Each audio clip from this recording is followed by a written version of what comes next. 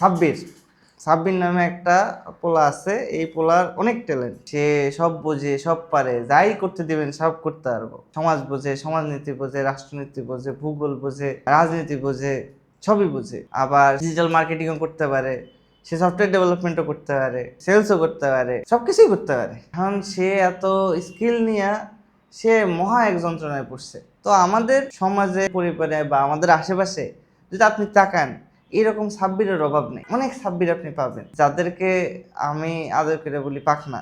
আমি না, এই সাব্বির কিন্তু আবার আমি না, তো এটা এটা বলে রাখলাম আগে না। আমি এই সাব্বির না, আমি খুবই কম জানা মানুষ। তো ওই সাব্বিররা যারা পাখনা, এর আগে পরে কিছু লাগাইতে চাইলে লাগাই নেন, এরকম সাব্বিররা আসলে বিপদে পড়ে প্রচুর যখনই ফ্রিল্যান্সিং করতে যাবে তখন। তো এই জিনিসপত্রগুলা আরেকভাবে বলি, ধরেন একই ডাক্তার ব্রেন সার্জারি করে, হার্ট সার্জারি করে, পায়ে ফ্র্যাকচার হয়ে গেলে সেটাও ঠিক করায়। এরকম ডাক্তার কেউ আছে কি না আমি জানি না, কিন্তু আমি বিশ্বাস করি যে এরকম ডাক্তার থাকা উচিত না, নাই অ্যাকচুয়ালি। আবার ধরেন একই উকিল কর্পোরেট কেস দেখে, আবার ক্রিমিনাল কেস দেখে। সো এরকম যদি হয় তাহলে আমি ডেফিনেটলি বলতে পারবো যে সে ভালো উকিল না। কারণ কি, jack of all trades master of none, এই প্রকৃতির মানুষগুলো আসলে ভালো আউটপুট দিতে পারে না। কারণ আপনাকে হইতে হবে স্পেশালিস্ট, নট জেনারেলিস্ট। সো আজকে আমরা এই বিষয় নিয়ে কথা বলবো যে আমার তো অনেক স্কিল, এত কিছু পারি, তো কোনটা দিয়ে আসলে ফ্রিল্যান্সিং শুরু করব। সো চলেন শুরু করি। আমি সাব্বির আহমেদ, আমি সার্টিফিকেটের পেছনে ঘুরি না।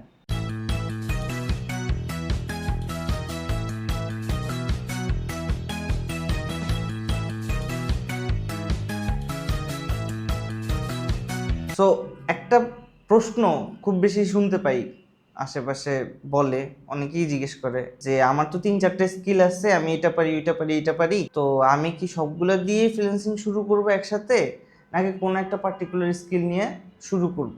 আসলে আপনি সবগুলো দিয়েই কাজ শুরু করবেন নাকি একটা দিয়ে কাজ শুরু করবেন, এটা আপনার চয়েস।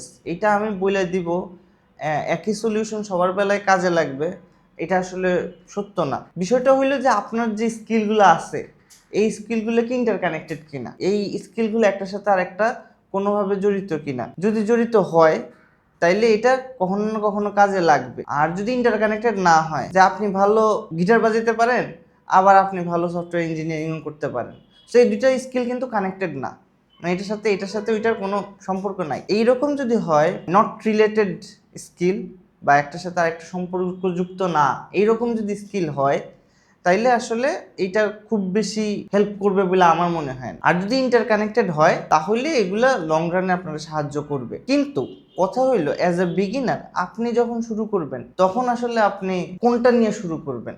আপনি কি সবগুলো নিয়ে একসাথে শুরু করবেন নাকি একটা নিয়ে শুরু করবেন? সো আমার মতে একটা নিয়ে শুরু করাটা উচিত।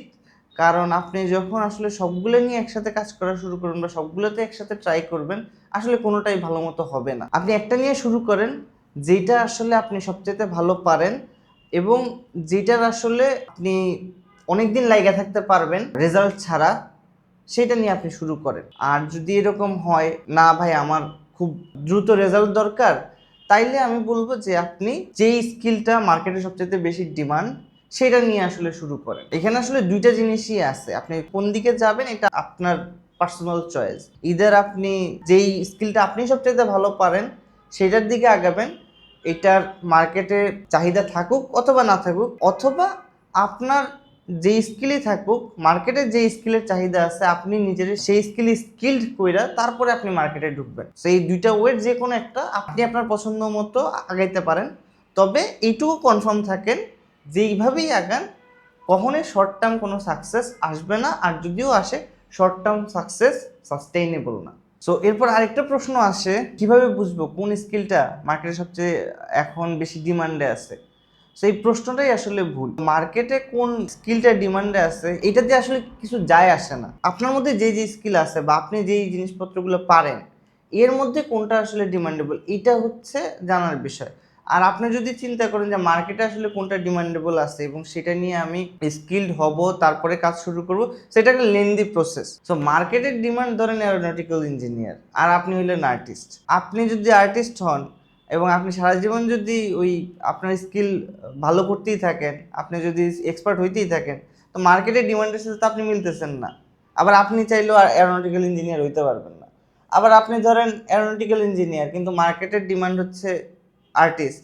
এখন আপনি অ্যারোনটিক্যাল ইঞ্জিনিয়ার, আপনি তো চাইলে আর আর্টিস্ট হইতে পারবেন না। প্রত্যেক স্কিলেরই একটা ডিমান্ডের জায়গা আছে। সো কোনো স্কিলই আসলে ডিমান্ডে নাই, ব্যাপারটা এরকম না। আপনারে খুঁজে বের করা লাগবে যে আপনার স্কিলের ডিমান্ডটা আসলে কোন জায়গায় বা কোন সেক্টরে আপনার স্কিলের ডিমান্ডটা আছে।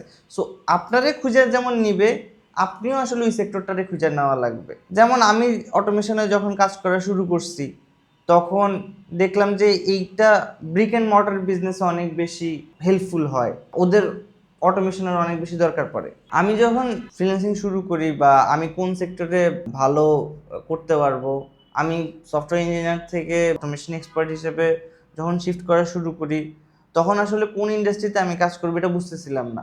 এর পরের প্রশ্নটা হলো, আমার যেটাতে বেশি প্যাশন সেটাতে ফোকাস করব, নাকি যেটাতে বেশি ইনকাম সেটাতে ফোকাস করব।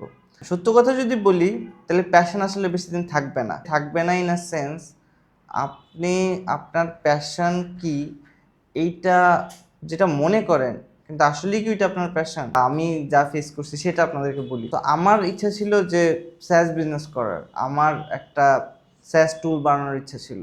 তো আমরা যেটা করছি, আমরা পৃথিবীর একমাত্র টেক টিম হিসেবে জ্যাপিয়ারের একটা অল্টারনেটিভ বানাইছি। জ্যাপিয়ার রিভার্স ইঞ্জিনিয়ারিং করে জ্যাপিয়ারের মতো আরেকটা টুল আমরা বানাইছি। যখন আমরা এই টুলটা নিয়ে মার্কেটিং করা শুরু করি বা এটা নিয়ে কাস্টমারের কাছে যাওয়া শুরু করি, স্বাভাবিকভাবেই আমরা আসলে খুব বেশি আগাইতে পারি নাই, কারণ আমরা জ্যাপিয়ারের সাথে নিজেদের প্রোডাক্টটারে তুলনা করতেছি। তো আমরা মনে করছিলাম দাম কম হইলেই মনে হয় আমরা বেচতে পারবো সুন্দর মতো, বাট আসলে ব্যাপারটা তা না। সো বেচার জন্য আরও অনেক ফ্যাক্টর কাজ করে, সেটা নিয়ে অন্য কোনো একটা ভিডিওতে কথা বলবো।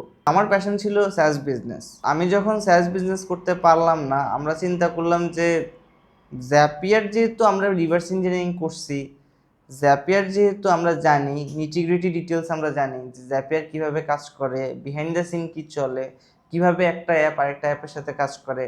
সো এইটা আমরা এইটুকু কনফার্ম যে ওয়ার্ল্ডের যেই কোনো অটোমেশন এজেন্সির চাইতে বেশি আমরা জানি। আমরা যারা জ্যাপিয়ার ইউজ করে তাদেরকে অ্যাপ্রোচ করা শুরু করলাম আপওয়ার্কের থ্রুতে।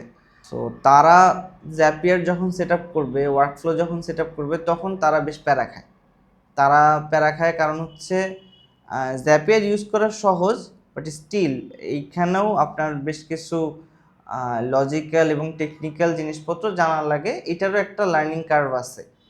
সো আমরা যখন জ্যাপিয়ার রিলেটেড কাজ করা শুরু করলাম, প্রথম 2টা কাজ পাওয়ার পরে ওইটা আমাদের একটা সাইড ইনকাম হিসেবে চলতেছিল।